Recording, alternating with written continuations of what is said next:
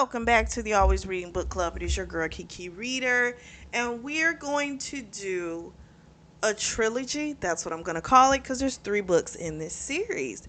So this series is by Erika Wilde, and the name of this series is called The Marriage Diaries, and the name of the first book in this series is called The Marriage Diaries. We meet Jillian Noble. She's in her late 30s. She's been married for about 19 years. Her 2 sons, they're finally grown, they're out of the house, and she is ready to explore her sexual fantasies with her husband. She says their sex life has become routine. She can feel her husband's holding back. We find out that her husband comes from, as they like to say, the wrong side of the tracks. And so in that household, there was abuse. And that's not to say that there can't be abuse on what they consider the right side of the tracks. But that's his background. That's where he comes from. So he's always worried that he would turn into his father and he would lose control. So she can always tell he's like keeping that back. So Jillian has decided she is going to spice things up. She has a friend who owns an adult store named Sugar and Spice. And so she's about to take her little sexy outfit that she purchased there, put on this little nice wrap dress, slip on some 4-inch heels, and she is going to her husband's office. Her husband, Dean, has a security company, and she goes up to see him, and he, of course, is shocked to see her because she doesn't normally just pop up. She normally calls. So his immediate reaction is that something's wrong.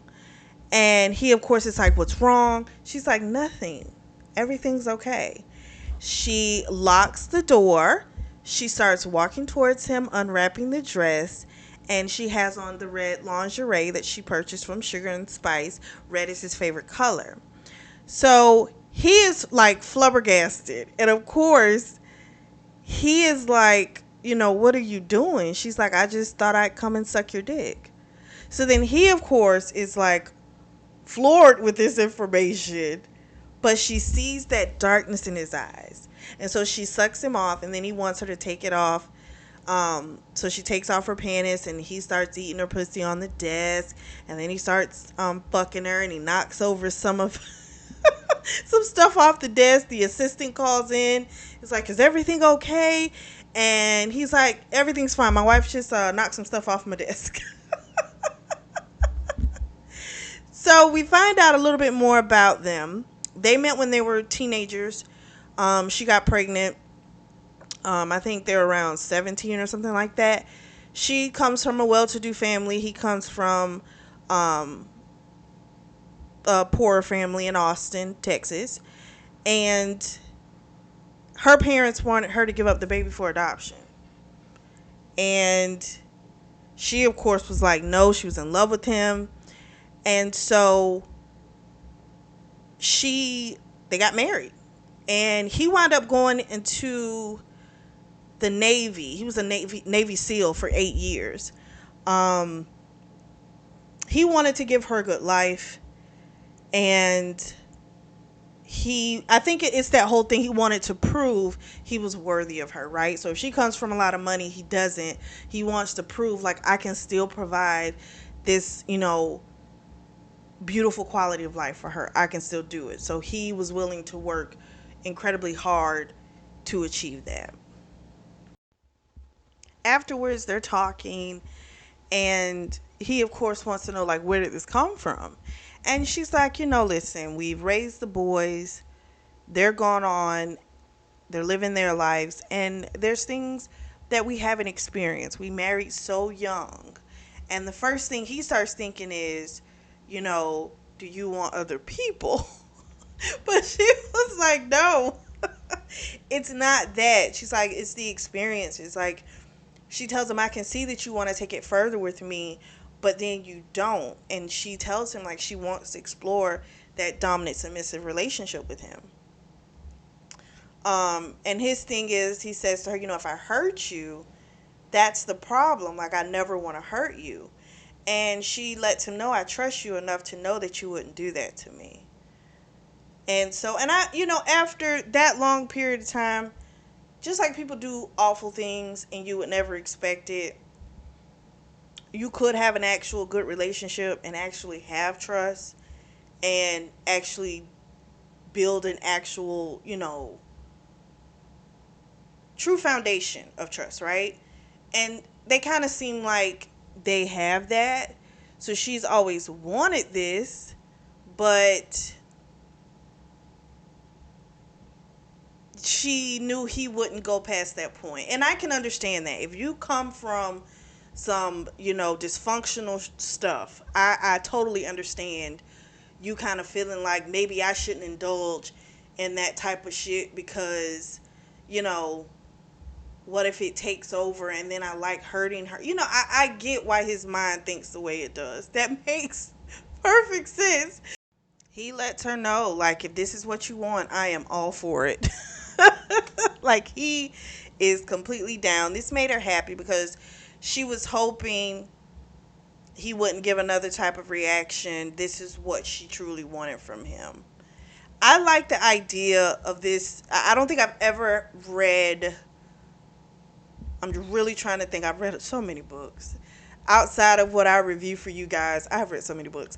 And I really don't think I've ever read a book where they're like a little bit older and it's both of them. Normally there's like one's a little older and, but they're actually a little older, both of them. They've had this marriage, things like that. I'm trying to think if I've ever really read a book like that, and I really can't remember reading something like this. And so I thought it was really interesting to see how someone, transition into this next phase of their life. They're not old, like they're, late 30s, but they've raised children and they're, in this place of, okay, we can now like live our lives for ourselves. A lot of people, sometimes that happens a lot later in their relationship, and so because they got married so young, it's here a little sooner. So it's neat to just kind of see how recognizing, what, the sex is routine. It's not that it's bad, it's just we can make this shit better. We have the time, and we clearly want a more passionate type of, or danger, however you want to look at it. They clearly want more of that in their relationship, so they're able to indulge in that, and that both of them want it. It's like they're doing it together. I really like that. I really love that whole aspect of the book. Jillian goes home. She's making dinner for them. She's thinking about that day. She is so excited. This is, what she's been waiting for. And the door has finally been opened. And they're both ready to walk through it. So Dean slips in the house. She doesn't hear him, see him. And I'm like, yeah, that's that Navy SEAL training. So he tells her how the rest of his day went. So she's thinking she's going to hear this great story, like he had like this wonderful, great day. Well, he says something a little different. He's like, you threw off my whole day. I had an important client.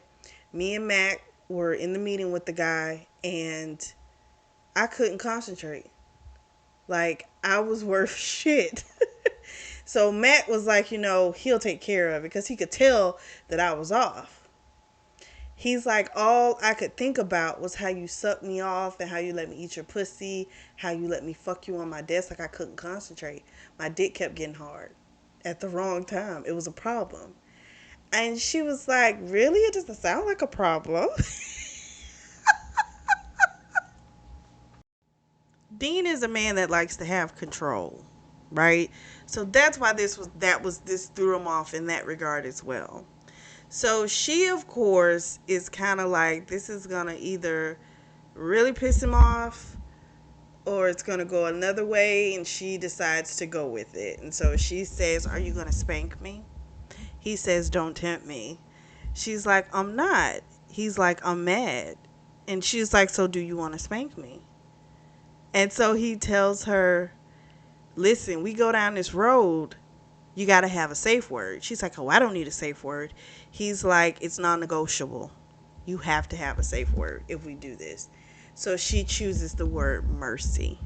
And he says, sounds like an appropriate one. So then he tells her to come in the living room, and he puts her hands behind her back, and then he takes his tie and he ties them up. And then he takes his belt, and she's thinking he's going to like hit her on the ass with the belt, but he takes the belt and wraps it around her thighs to keep them together. And she says they've played with like a little bondage at, a time or two, nothing too difficult, just a little something. But this seems, taking it up a little bit of a notch. And so he then smacks her ass. She likes it. He puts his finger in her cooch. She's soaking wet. He gives her a couple of more smacks. And then he winds up taking a finger and putting it in her ass. So they've never had anal play.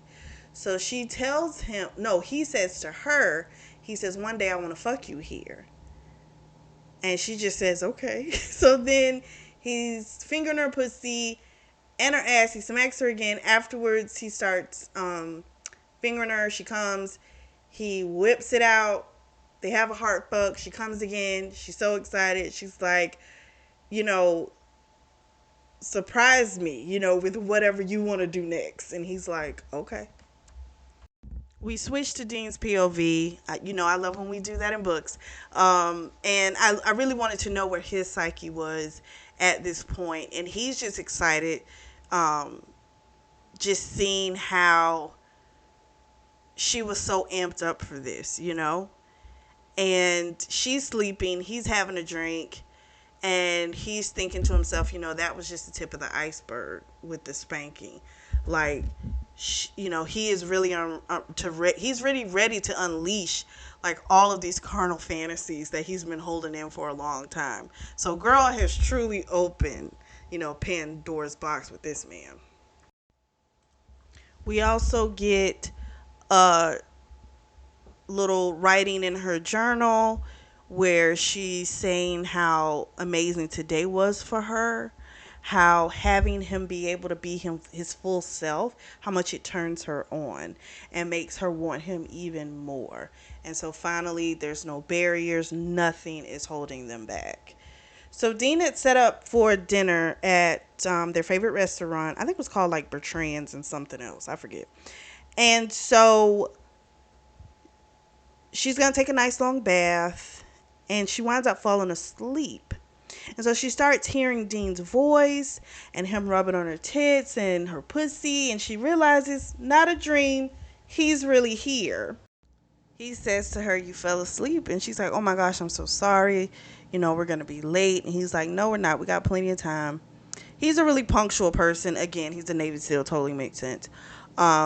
So he started fingering her and brought her just to the edge, and then he stopped and he told her orgasms belonged to him, and when he decided she was ready to have one, then that's when she would get it, and that wasn't going to be until later tonight.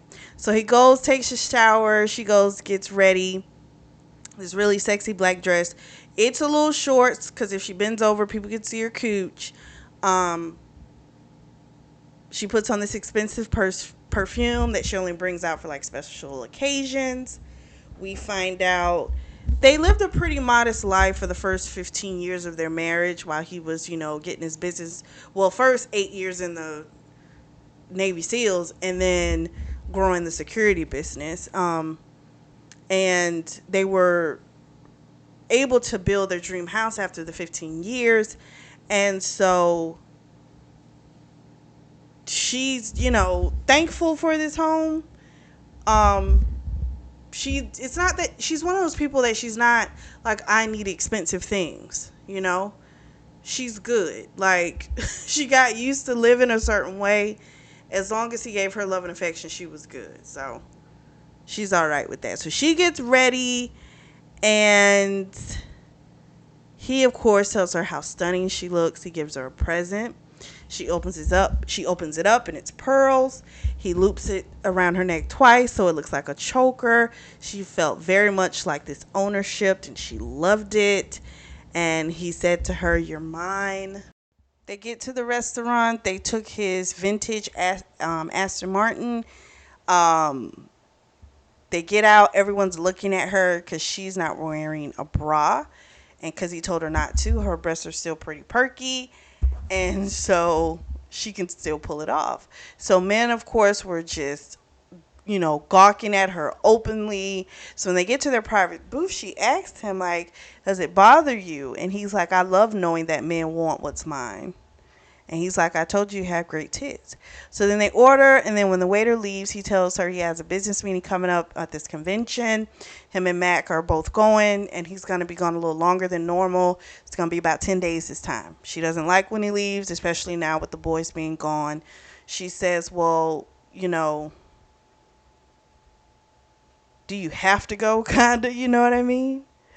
And he's like, "Yeah, I kind of got to do it." So then she says, "Well, why are you gone? I kind of want to try something." And he looks at her like, "What? Try what?" And she's like, "I was wondering if we could turn the basement into our own little playroom." He's like, "Playroom? What do you mean? Like a PlayStation? Like a pinball machine in there? Like a game room?" And she's like, "No, like a sex playroom." She's already been talking to a designer who helped her with the house. And he says, "Okay, well, I trust you completely. You have full domain to do whatever you want down there to give us a nice sex room." So she was talking about getting like a tantra chair she found, and he's like looking at her. He says, "What have you done with my wife?" She's like, "I'm still here. I just want to try new things." So then he tells her, "Take off your panties and give them to me." She looks at him like, "Are you serious?" And he's like, "Yes, I'm serious. Take them off." And so she does and hands them to him. So she hands them to him. He looks at him and he's like, "You're wet." And she's like, "Well, that's your fault for what you did to me." So then he has her spread her legs, and he put his foot or whatever between her, or his leg or whatever between, so she couldn't move. And he says to her, because she had ordered dessert, she got like lemon cake. He just ordered coffee. And so then he told her to put her fingers in her cooch. And she did. And then he says, "Now put it in my mouth." He's like, "That's my dessert." I say, "Shit. Isn't that erotic?" The waiter comes back and he's like, "We'll just take the check." The guy left. And then he was like, "Make yourself come." So she started rubbing her cooch. And right when she was about to come, he was like, "Fucking stop." So then he told her, "I told you your orgasms belong to me and you'll get one later tonight." So then they get up, they leave, they get to the car. He's fingering her and driving at the same time. She's so fucking turned on. He drives to this abandoned parking lot, fingers her to climax. Then he tells her to suck me off, so she sucks him off. And then she's like beyond thrilled about this. And he tells her, like, "This is just the tip of the iceberg for what I have planned for you tonight." And the girl is just beyond thrilled. They get home. He takes her to the library / his office. And she tries to undress him. And he says, "Did I tell you to touch me?" So he starts the whole boundaries conversation. And he wants her to call him sir. And then he tells her to take off her clothes, everything but the pearls and the heels. And she does it. And then he tells her to crawl over to him. So she does. And then he takes his dick out. And he tells her to sit on his lap. And she does. Not on his dick yet. And then he takes the pearls from around her neck. And he like put them around his dick. And he told her to sit on it. Now he's a good 8 inches, she says. And so he tells her, "You don't move. I just want you to sit on it." And so she does. And then after a while, he starts to like be able to fuck her hard. She comes like crazy. And then afterwards, he told her like next time what he was going to do with the pearls. So she was kind of like, they always say diamonds are a girl's best friend, but Jesus, these pearls are amazing. They have so many uses. So he told her, the next time I'm going to put them in your pussy and I'm going to pull them out one at a time while I'm eating you. And she was just like, oh my gosh, like, where has this man been? Like, this was just beyond amazing to her. She asked him, like, why does he like having her restrained? He says, because it allows me to do whatever I want to your body and to watch you receive it. And she goes, oh. And he says, like, you have a safe word, you know, so it's important that you tell me if something's too much for you, you know. And she's like, I would, you know. She's like, I'm going to miss you next week. Um, Good grief. She's like, this is going to be hard. But he says absence makes the heart. How did he say that? Something like the heart respond or more horny or something like that is what he said to her. And she was like, I can't wait to see you when you get back. And he's like, oh, you're gonna be in big trouble when I do get back. And she was like, I can't wait. We switch to Dean's POV. He's in his hotel room. He's been there a few days at the convention. Everything's running pretty smooth so far. He gets a text from Jillian asking if they can Skype later that night. He, of course, is like, yes. So they start Skyping and talking about their days. And then she tells him that she bought something while she was out with Stephanie, the designer. So she goes to get this vase. He's looking at the vase. He's like, okay, it's nice, but like, what does that have to do with anything? And so she says, we'll use this vase in the playroom. Like, we'll write down our different fantasies. And then if we ever need inspiration, then we'll just pull from the vase. And he, of course, was like, okay, I like that, you know. So then they talked about fantasies. He asked her what her fantasy was. And she has like the robber fantasy where someone comes in and tries to rob you and take what they want from you. And so while they're on camera, he of course tells her like he wants to watch her make herself come. And she tells him, I want to watch you too. So he whips his dick out.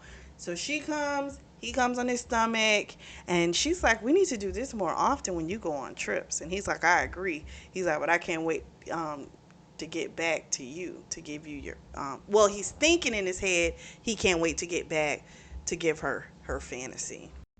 She gets a text from Dean saying, I'm going to be home in a few minutes.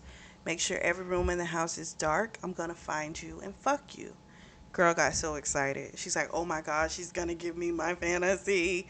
And so she hurried up, got everything done real quick, cut off all the lights. She went ahead, hid. He, of course, caught her. She had to do the whole, you know, no, fight him and all this type of stuff. She got away from him once. He caught her again, started fingering her. She, of course, is loving it. He's like, you're making this too easy for me. She's like, you're right. So then she got away from him again.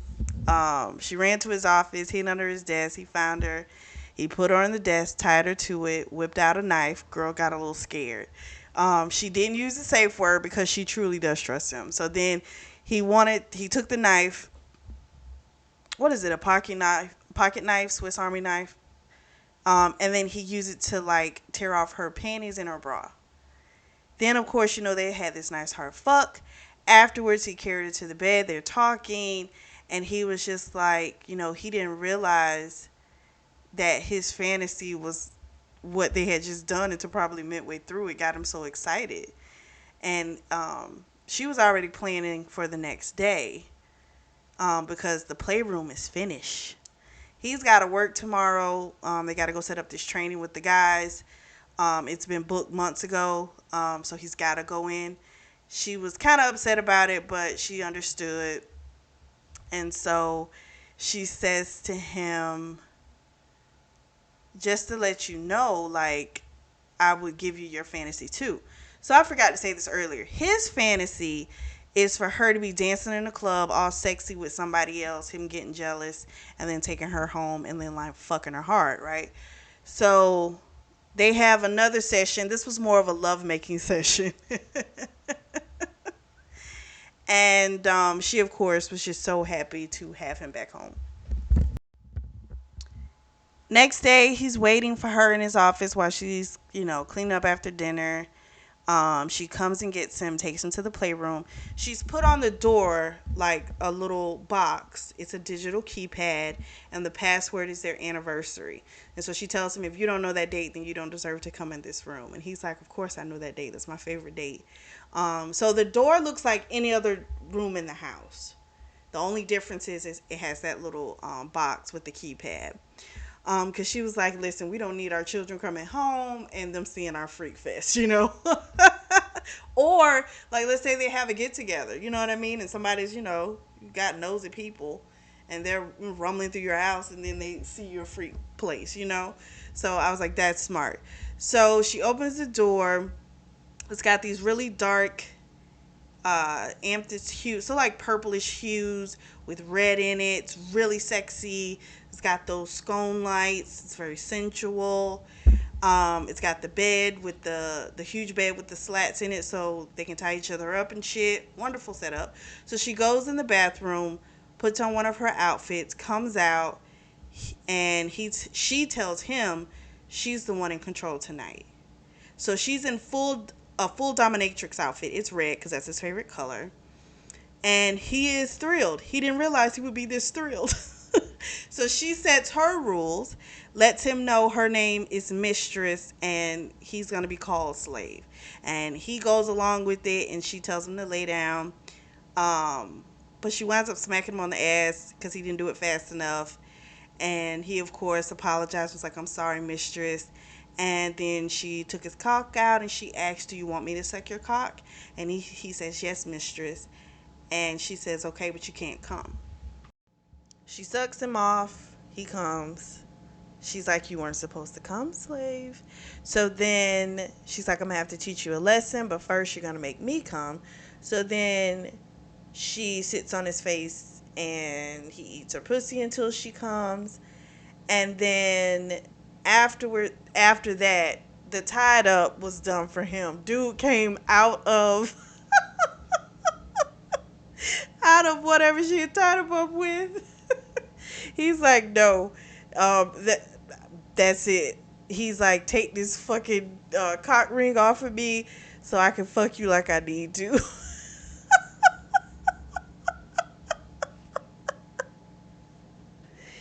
And so he, of course, fucked her until she came again. He came. He just lost all sanity. That was a funny passage to read. That this man got to the point where he just came out of the restraints. Like afterwards, he said to her, payback, their hell. So I'm like, oh gosh, she's gonna get her. So it's the next day. It's Sunday. She's in the kitchen. Dean comes in with a black bag, and she knows it's from Sugar and Spice. And so she's like, well, what did you go shopping for today? But she didn't look in the bag. He just told her, of course, it was for her pleasure. They were gonna have some fun. He gave her a shot of like this uh, girly vodka is what she calls it because it kind of tastes like a strawberry shortcake. Gave her a shot of it and then told her in 10 minutes to go to the playroom. He said he wanted her undressed, completely naked underneath the red robe. And she's like, okay. So she ran, got in the playroom, and he tells her to go in the bathroom. So she goes in the bathroom.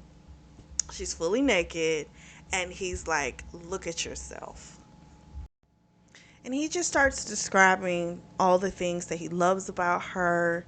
Like he loves the fact that when he fucks her, how her tits bounce. She never knew that. But he was just saying all these nice erotic things to her, sexy things that she loved to hear. Because, everyone has some type of an insecurity about their bodies, right? And so for her to hear this from him, it was so beautiful. Then he had a little toy. It was a vibrator, and it was for her butt. So he told her, I want to take you here one day. And so he put some lube on the vibrator, puts it in her ass. It vibrates. He has the remote. He's fingering her at the same time it's vibrating. It's super erotic. It makes her come really fast and really hard. And then he takes her, carries her to the playroom, puts her on the bed, and he's like, he needed to fuck her. Like, he needed to do it.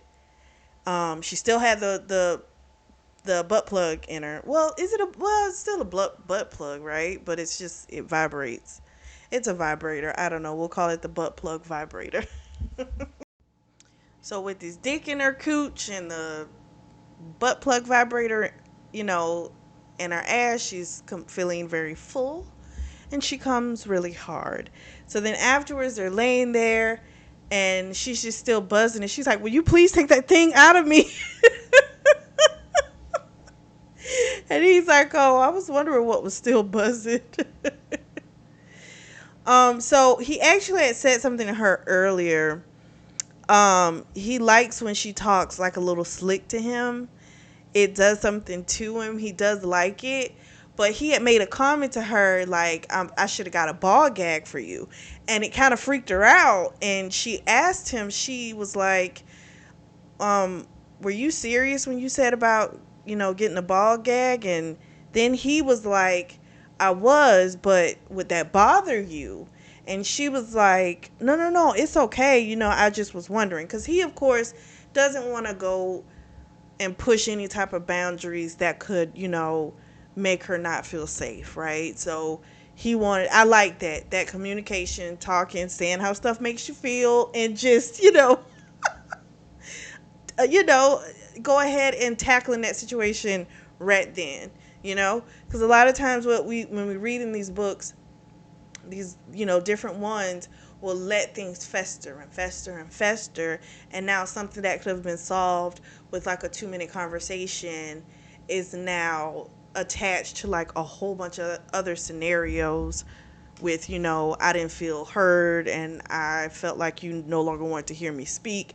You know what I mean? That could have went a whole nother way. So I love that they talk, they get it out of the way, because there really is a concern and a care and a respect for the other individual. I really like that with them. I really, really do. We switch to Dean's POV and we find out Dean's been trying to land this multi-million-dollar account. And so it's like a transcontinental company doing their security for the president and of that company. And so they landed the deal. It's Friday night. He should be exhausted, but he's been putting in, because especially with him putting in so many late nights um, at work, you know, he should be, but he's like on that high, and so he is ready to just fuck Jillian. That's it.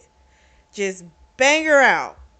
Well, when he gets home, gets in the bedroom, Jillian is dressed in this sexy pink dress, 5-inch heels, looking absolutely amazing, and he's like, where are you going dressed like that? She's like, we're going out. He's like, going out? What? She's like, yeah, be ready. You got 10 minutes to get ready. But we're going out. She's like, you've been working late. I've missed you. We need to celebrate. We are going out. She tells him, either you're done in 10 minutes or I'm leaving without you. And he's like, you are not going anywhere without me in that outfit. So he gets ready. She's kind of like, that's not fair. You look so sexy in 10 minutes. And I took like so long to get ready. He tells her how beautiful and sexy she looks. She tells him she's driving the vintage Aston Martin. He kind of looks at her like, okay, because she's only driven it like a handful of times. But he's like, okay, So he's like, where are we going? She's like, a hot new club. Again, he's not big on clubs. He's like, why are we doing this? Like, we could have just stayed home, He's like, we're going to have this long line. We're going to have to wait. She's like, no, we don't. Raina, who's her friend, got them in. They're on the list. So we don't have to worry about that. We just go up and they'll let us right in. So the valet's on their way. They're coming to the car. Before the valet gets there, she takes off her thong and hands it to him. And he's looking at her like, what are you doing? And she's like, you might want to put that in your pocket before the valet gets to the car. So he puts it in his pocket. They get out. They go in, and she sits him down, and she leaves from by him, and he realizes she's giving him the fantasy that he wanted, which was her dancing with some other guy and him watching. I'm like, we're getting very, very, very close to cuckold. Just saying. Well, anyway, so she does it, and this young guy, looks like he's about 10 years younger, comes over to her. He sits next to her. He puts his hand on her thigh. Immediately, Dean is like on high alert, and he was like, he's not liking this. Two things. Now he knows she's not even wearing any freaking underwear, right? It was barely any anyway if she had a thong on. But now he knows there's nothing underneath. And it's like, oh gosh. Then they get up and they start dancing, and the guy had her, where she turned around and she's grinding on him, on his, pretty much on his dick, but again, she doesn't have on any underwear. So now Dean, what he thought was this fantasy he wanted, Dean is erupting. He is like, there is no fucking way I could let this happen. Dean storms over there, pushes the guy away from her. He's like, couldn't you see she's fucking married? He's like, look at the ring on her finger. So she's got like a 3-carat Harry Winston diamond that he got for her on their 10th anniversary. Like, that was, this nice, really nice upgrade. It's not small. So the guy's like, I didn't know. I couldn't tell, And Jillian's kind of looking a little confused, right? Because remember, this is his fantasy. But his reaction seems a lot more, he's more upset. And Jillian's like, what is wrong with you? And he's like, we're leaving now. So he pulls her, gets her out of there. They get in the car. She doesn't say anything for a little moment. And when she tries to say something, he's like, don't fucking say anything to me right now until we get home. So she doesn't say anything. They get into the house. He takes her up against the wall, and he's like, you're fucking mine. He's like, the idea of some man touching you like that shit drove me crazy. It didn't do what he thought it was going to do. Like, this whole thing of, someone wanting what you have, and that shit went all the way out the window for poor Dean. Because then he's asking her, did you like it? Did you like for him to touch you and shit? And she's like, I liked it because I knew you were watching. I knew it's what you wanted. And I knew it just meant when I got home, you were just going to fuck me even harder. Like, it's genuine on her part. Dean lost it. He fingers her, makes her come. Then he takes her in the bedroom. He eats her pussy. Makes her come, and then afterwards he tells her to turn over. Time for a little anal play. So she's a little nervous because he's like 8 inches. So he's a lot bigger than this vibrator that was put up her a few days before. So he takes some of the cream from her cooch, puts it on his dick, eases in. Of course, there's a little resistance, and then after that, slowly but surely, he's able to glide in until his whole dick's in her. And then he asks her, can I fuck you? And she's like, I don't know about that. She's like, she just couldn't take him like that much. So it's like, you gotta go slow. So he's like, don't worry. He's like, I'm going to make it feel good, baby. I promise. So he goes slow.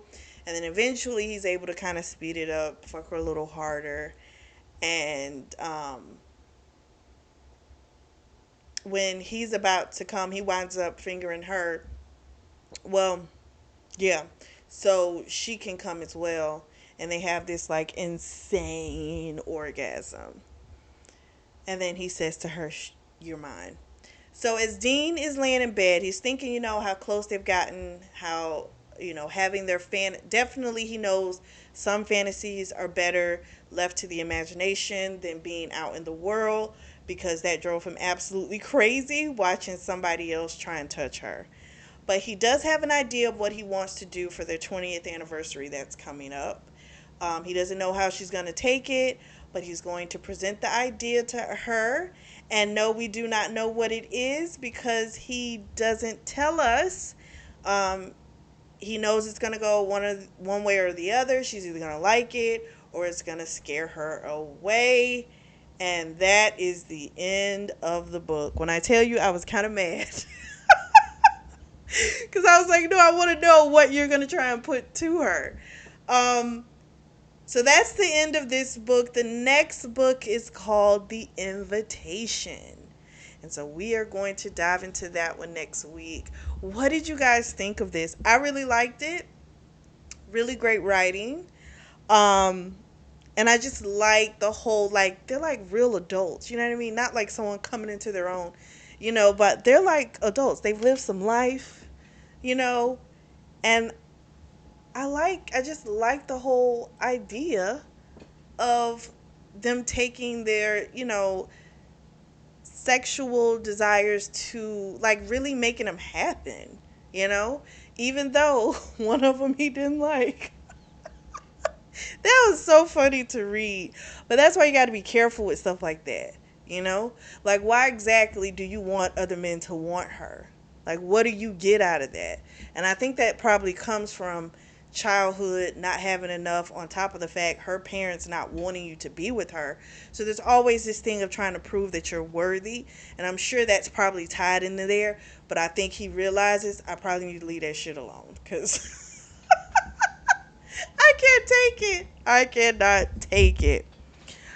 So let me know, drop down in the comments and let me know what you guys thought of Marriage Diaries, the first book in this series. Again, I really, really liked it. Iman Amiri, I have not forgotten about you. I still have your suggestion.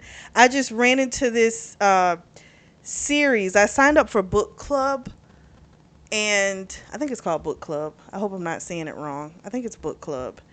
And I get a lot of ideas and a lot of free books and a lot of great ideas from there. And it's book bub. Oh, it's not book club, it's book bub.